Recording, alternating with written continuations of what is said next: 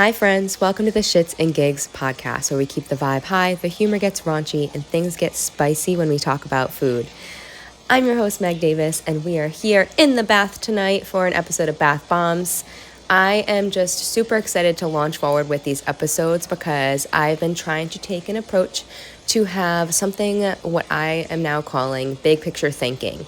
Really just taking the time each day to be bored, so just put your ass outside and put your phone away and just really be present to where you're at.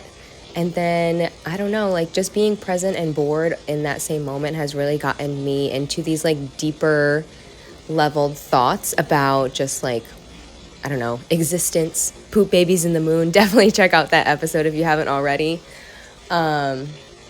Trees. I was in the car this weekend for a drive. We went up to Connecticut to celebrate some of our best friends entering their parenthood era. Shout out Carly and Greg. They're going to do fantastic. I have no doubts. They are such a power team, and that is one of my biggest takeaways from the parenthood transition is lean on your village. Whether you're a single mom and you need to lean on your mom or your siblings, whoever's helping you out, hopefully, or you're in a relationship, you guys need to work as a team or it is not gonna fucking work out. And you can't be selfless enough to where you're not asking for help, because that also I found does not work. So people are thrilled to be present for you, whether it's a family member or a complete stranger. So if someone asks to hold the door for you, be why the hell not? Yeah, small little side tangent there, but yeah, I've just been in this kind of era of bigger picture thinking, and it just I think it's more so me wanting to lean into those curious conversations, because our plain existence is mind-blowing if you just take a second to even think about a fraction of it. And that's been really interesting for me. So that's what I'm going to be opening up on these episodes. Obviously, if I am not super inspired one week, I want to say I loved to challenge myself and say I'm going to set the new standard as big picture thinking every single week. However, I've also learned through this process that I tend to put a lot of high expectation on things that are not necessarily in my control, especially when it comes to my creative process. So that is some personal shit that I've been working through when it comes to taking on these new ventures and really seeking out what's doable energy wise in the long term and time commitment wise and stuff. So I would love to say I have big picture thinking thoughts for you every single week, but who knows? We're just kind of winging it with these Bath Bombz episodes week to week. It's just my time to be present, relax, and connect here with all of you. If you feel called to do so, I would really love to connect about these topics or anything that you feel called to comment on. I am open for comments. I don't believe I have that setting turned off, but if you know me, and I do, definitely let me know. But I would love to interact in the comments with you guys and get your thoughts on these crazy things that I'm going to bring up. So let's get into it. I've already dove into a tangent and probably scaring you guys away at this point, but let's do it. So tonight's big picture topic is, how the hell did we get from the Mayflower to where we're at? And if you just think about that for a brief second, think large boats for transportation is one of the 3 modes of transportation at that time, on top of maybe horses. Did they even use horses for that at that point? And then we have skyscrapers and bridges and cars now. It's just we seriously, I think, underappreciate the amount of talent and work it took to get here. And it is unmatched. Today's society does not have the motivation and determination of the people who got us here. It's just not present. And I am just a blip in the radar. I am a mere grain of sand, if that, in this entire scheme of things. However, if there's one thing that I can hopefully put across is just how to embrace being the 1%. That 1% that still has a drive to fucking show up every day and do their job, and hopefully it's also aligned with their passion, so that's why they're so excited to do it every day.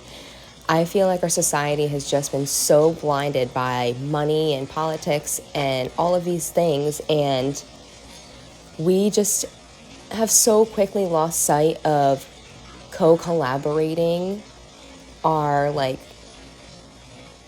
purposeful trade, I guess you could call it. Like, people in other nations and parts of the world who are still very low tech are driven by just like caring for themselves, caring for their home, and also diving into like a passion that they can leave behind, and it's like their legacy.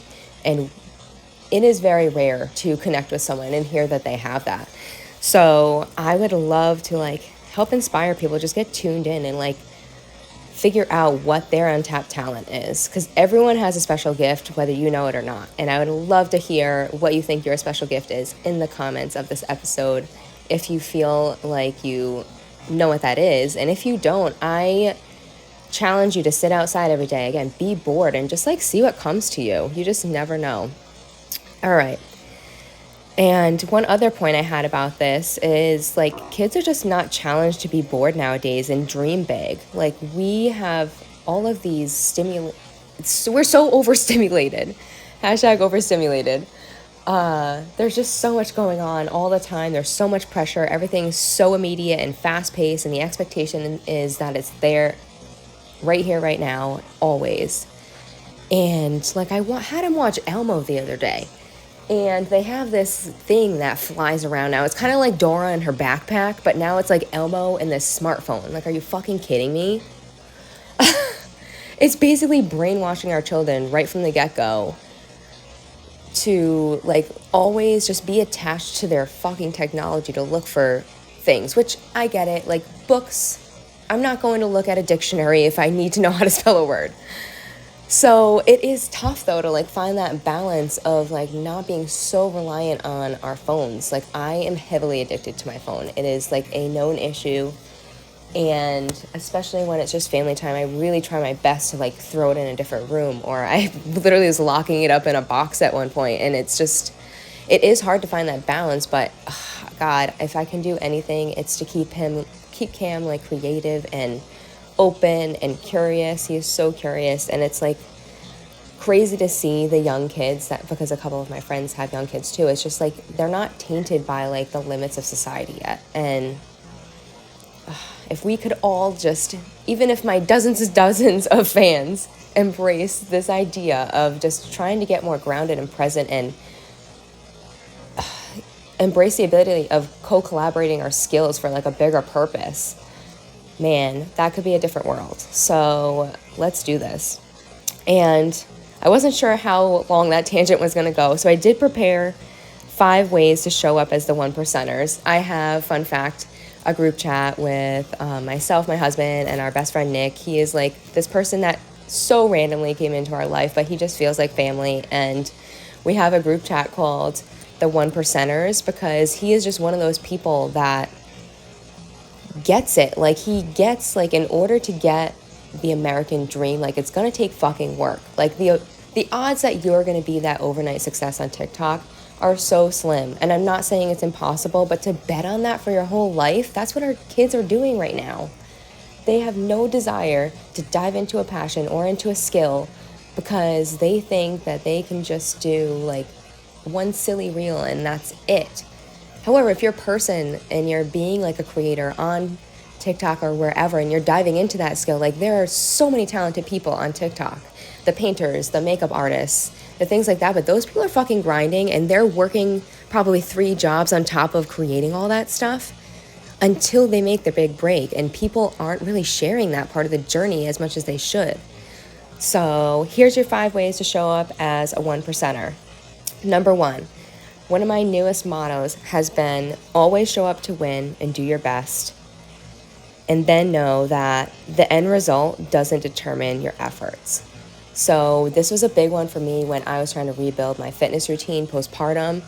That was really hard for me. I was that person grinding in the gym several days a week, and it was not a reasonable expectation post-baby for us, because just coverage-wise, I now have to co-collaborate my exercise routine or my like physical, exhausted escape, like stress release, I guess is a better way to say that. That was very complicated.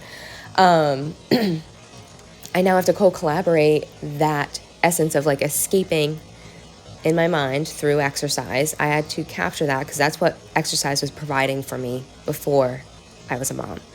So I had to capture that and co-collaborate a time a day, like where I can go and do that with him. So I don't do it every day. I do a quick 5 minutes for myself every single morning, but that just wasn't doing it for my mental escape for the day. So now I have a couple times a week where I call it a bonus push, and I've been going for long walks and like kind of like a little like jog sprint intervals, wherever I'm feeling called to go in my neighborhood today, or maybe I'll drive somewhere, and who knows. I'm just trying to be more ambitious about that. So yeah, just always show up to win with that mindset to like do your best, and just know at the end of the day, if things didn't pan out the way you hoped, it's not on you, boo. You did your best. So like, don't sweat it, and just show up tomorrow and do your best again. And that's it. And that's like so simple, but it's also so simple not to do when you're getting caught up in that 9-to-5 life. All right, number 2, dream forward, be present to the now, find ways to cope with the past. This one was, I don't know, this came to me when I was helping a friend kind of through a dark time. He like has some emotional imbalances, and he's like really hard on himself because he's like doing his absolute best to like work through all trauma and like just show up differently because he has someone really special in his life, and he's trying to do his best. And yeah, I don't know, it's just like all you can do, or all you have control of, is the right now. So like just choose to dream forward, because like stressing about the forward is not worth it, because we genuinely have no fucking clue how it's gonna pan out. Things change in an instant, and it's so crazy. So why bother stressing about what's in front of you? Just dream whatever you think is what you, I'm not gonna say what you think you desire, because some people undermine what they desire. Just dream big, guys. Like, what's the dream house? What's the dream? Like, do you want to be in the city? Do you want to be in the outskirts? Do you want to live by the beach? Like, dream big. Like, give yourself that time every single day to dream forward. And then just be present to the now. Ugh, parenthood has really woken me up to this. I catch myself, especially with trying to balance the different businesses and stuff and ventures that I've been working on. I find that it's getting better now, because I'm taking this time in the morning for myself to like hustle, and then also when I'm home especially, I have that 2-hour nap typically. So things are balancing out as being able to juggle it all. However, I noticed when I was struggling to get things done, like I was co-collaborating, working, and being present with my son, and it just was not working out. Being on my phone had me like super mama guilt, and then also he gets upset and like tantrumy because I'm not giving him my full attention when I should be, or when I could be. Not always should. Like, mamas, you gotta do what you gotta do sometimes. Throw on the fucking TV, break out your laptop in the middle of the living room, and do what you gotta do. But yeah, just find ways to be present to the now.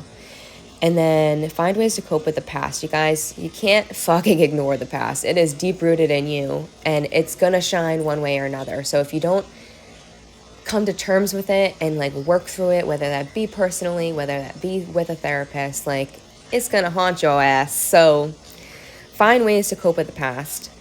Number 3, fuel your inner child. This has been a really fun one for me. Just finding ways to get rooted to like what brought me joy as a child. One of the biggest things was being outside.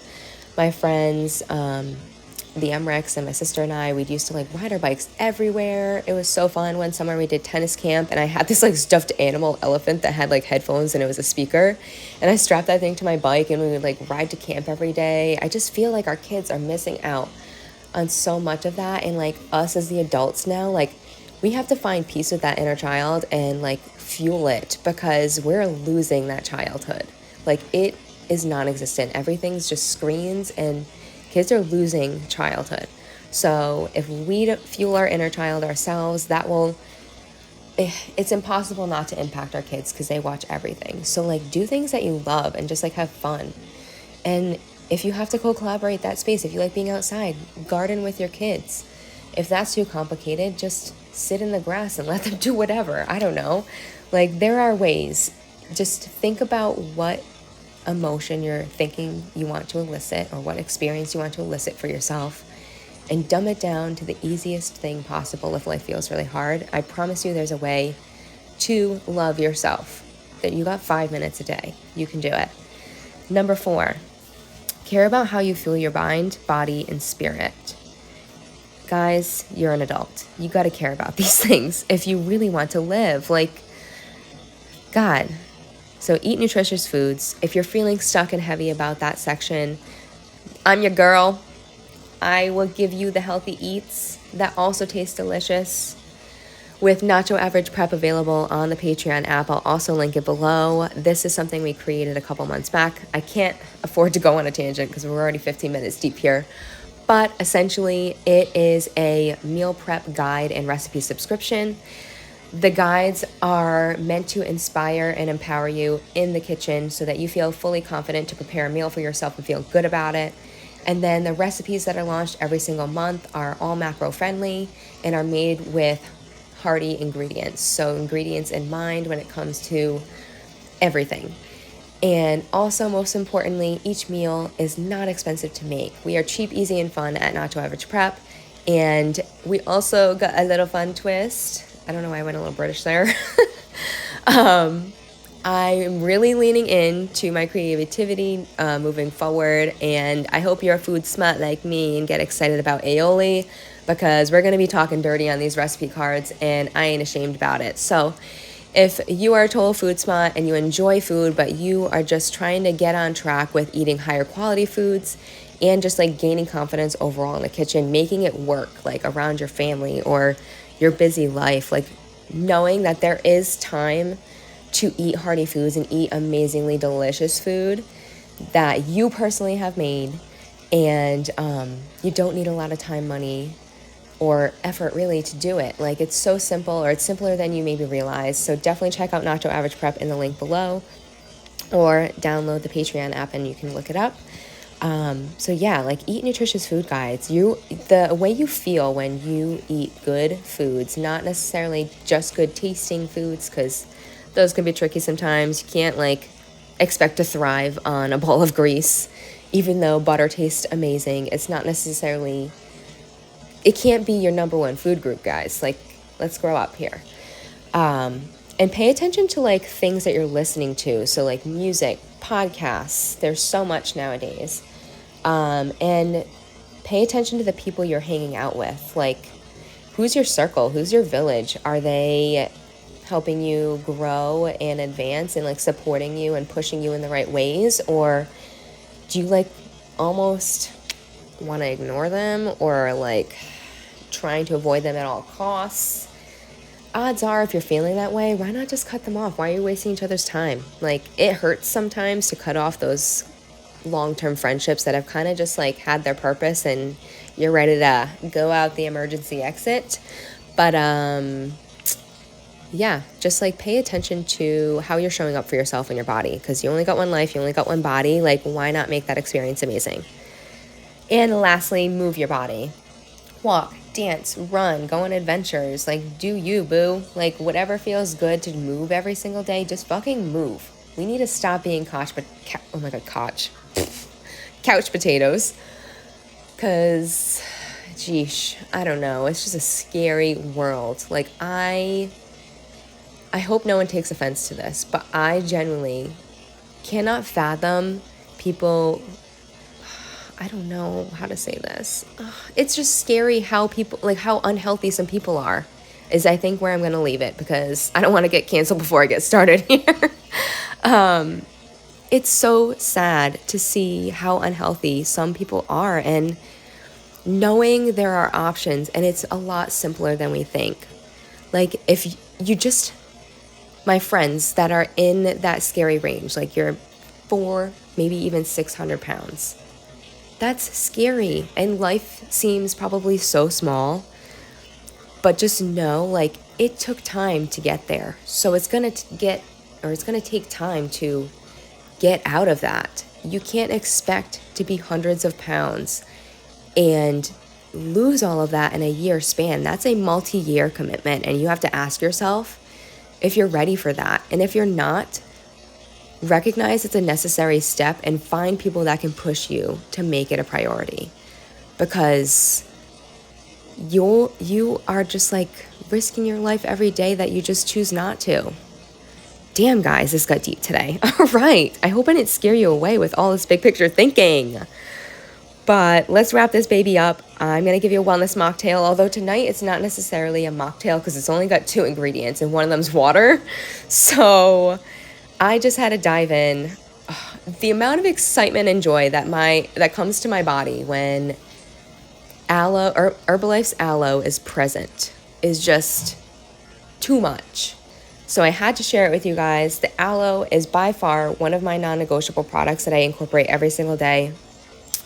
It tastes amazing. It's not chunky and weird like the ones in the store. It's nice and smooth. It has top-notch ingredients. It's like the purest aloe, and we farm it ourselves in Mexico. And the aloe is really great for soothing the stomach. Kind of think like the aloe gel for a sunburn. It's essentially like that for your gut, although it's not jelly and weird like that. Just a side note again, because I know street aloe, I'm going to call it street aloe, like store-bought aloe, is like chunky and fucking weird. Just don't do it. Hit me up. I will give you the purest and most amazing aloe in the planet. I'm confident to say it's got to be one of the best. It's simply amazing. So it soothes the stomach, and it also supports nutrient absorption and digestion, like just overall digestive health. So like either in the morning or in the evening, I'll do a hot aloe water, and it is just magical. It comes in mandarin, cranberry, and mango. However, I'm obsessed with mandarin. I drink it right out of the pint. But doing a hot aloe water is just such a great like digestive support self-care thing. Like that is something so simple that you can do for yourself every single day, and you just feel so warm and cozy and your belly's happy. And fun fact, aloe is also packed with vitamin C, so it's just a great boost for your insides every single day. So hot aloe water is the mocktail of the week. And yeah, guys, that's all I got for you tonight. I hope you enjoyed this episode and look forward to connecting in the comments. Let's get some comments this round. Thanks to everyone that's listened so far. Toodles.